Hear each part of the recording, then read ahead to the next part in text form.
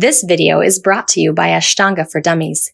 Get my 8 tips for thriving with Ashtanga at yogatraveler.net/Ashtanga Yoga.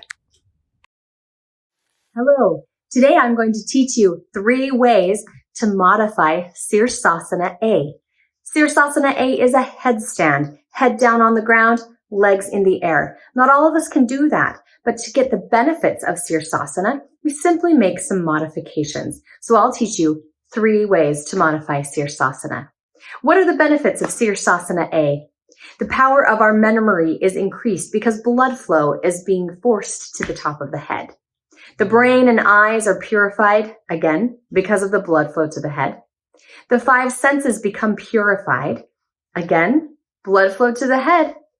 It strengthens our shoulders and heals shoulder injuries if done correctly.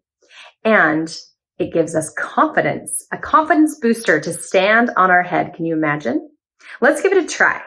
Modification number 1, rabbit pose. So we start on hands and knees with our hands just right below our shoulders.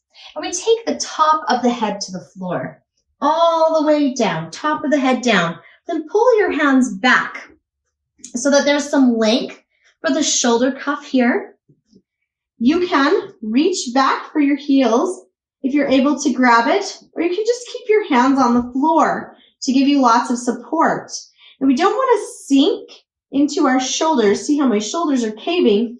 We want to draw them back. We'll start to build up some strength right here through the back of the neck and the shoulders as we pull our shoulders back and press into the floor. So my hands are not noodles. I've got some strength in my arms. And as I feel the ground below me, this is nice and supported for this pose. The other way to do rabbit pose is to actually get into the grip that we use with sirsasana. Let's talk about that grip. Grab onto your biceps and pull your hands out directly from there. Directly out. Now take your hands down. This is our grip. If we bring our elbows too far, we're never going to be able to lift up once we get to legs off the ground.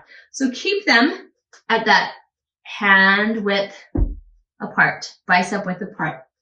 Then we have a cup with our hands. Our fingers are clasping together. We'll take the top of the head to the floor and let the hands rest around the back of the head.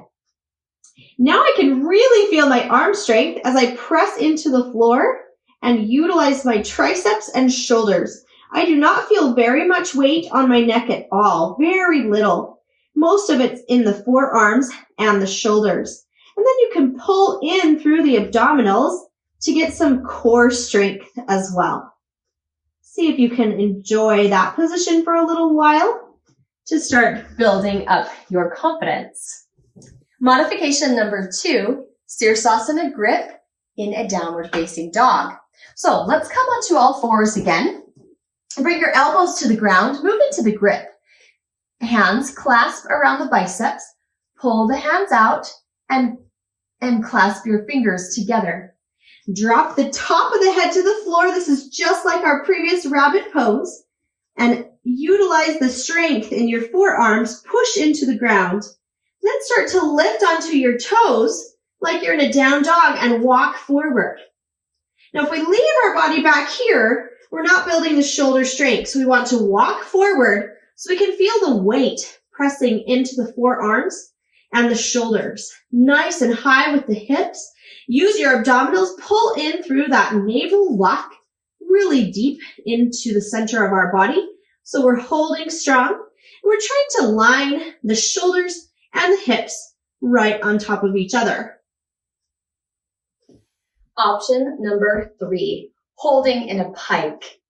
Come back to all fours and bring your forearms to the floor. We'll move into our sirsasana grip again. Hands around your biceps. Bring your arms out from there, hands out from there. Clasp them together. Top of the head to the floor. Lift up onto your feet, back into our downward dog, and then just pull one leg at a time into a pike. See how controlled this is. If I were to kick my legs up, I lose control and I might tip myself over. So to build up some core strength, we pull one leg in and then the other leg in and find your balance. I'm shifting my hips so that my hips and my shoulders are coming in line. And if I have my balance here, I might be able to extend my legs all the way up to the sky in Sirsasana A. And then we have it. We're in our headstand, feeling lots of confidence, lots of strength in the shoulders and in the abdominals. And we're there. If you want to come down, do it gently. Maybe pull back into that tuck. Release your feet down. Take the top of the head to the floor so you can move into a child's pose.